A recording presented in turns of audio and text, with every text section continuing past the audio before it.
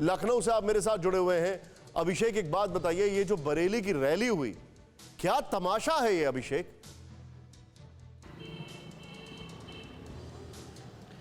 बिल्कुल, देखिए दो चीजें, एक तो ये है कि रैली में जिस तरह से भीड़ इकट्ठा की गई है, और हैरानी वाली बात ये है कि इन बच्चियों के जरिए राजनीतिक ताकत दिखाई जा रही है, वो भी उस दौर में दिखाई जा रही है जब निशांत यूपी में तीसरी लहर की संभावना दिखाई जा रही है। यहाँ लखनऊ में मेदांता हॉस्पिटल का 40 स्टाफ, सोचिए हॉस्पिटल का स्टाफ कोरोना पॉजिटिव हो चुका है। यहाँ आज उम्मीद इस बात की है कि वीकेंड कर्फ्यू का ऐलान हो सकता है। 79 केसेज आ चुके हैं पिछले 24 घंटे के अंदर और लगातार तेजी से बढ़ रहे हैं। उस स्थिति में इस तरह की भीड़ इकट्ठा की गई है, और आप सोचिए इनमें से अधिकतर वो बच्चियां हैं जिनका अभी वैक्सीनेशन शुरू, अभी जिस उस रेंज में अब जा करके आई, ये 3 जनवरी से शुरू हुआ है और उनको वैक्सीन भी नहीं लगी है, उनको इकट्ठा किया गया है। कोई कार्रवाई कर रहा है प्रशासन? हैरानी वाली बात है और ये सबसे बड़ी चिंताजनक बात भी है। कोई कार्रवाई कर रहा है या वो अभी बिजी अपनी रैली प्लान करने में? देखिए प्रशासन के लेवल पर जो हमारी अभी लखनऊ के सीएमओ से बात हुई है, वो अभी पूरी तरह से इस पे मुस्तैद हैं कि यहाँ पर लखनऊ में की स्वास्थ्य सुविधाओं को समय रहते ठीक किया जाए ताकि टेस्टिंग वेस्टिंग तेज शुरू हो जाए।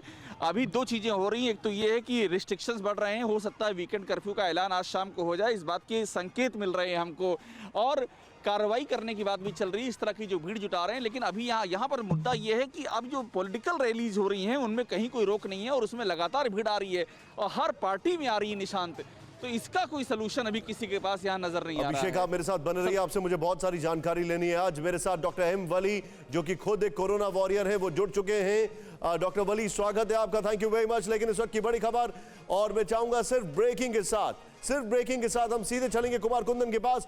देश में कोरोना विस्फोट पर कोविड टास्क फोर्स के चीफ का बड़ा बयान।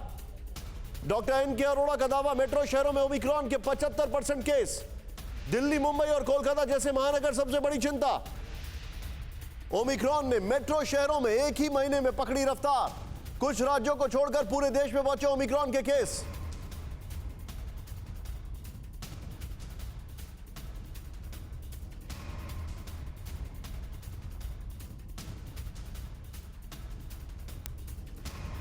मैं यहां पर सीधे चलूंगा आपको ये जानकारी देने के लिए। ये बड़ा इंटरेस्टिंग जानकारी है हमारे पास जो आ रही है, सीधे प्ले ऑन करें इसको।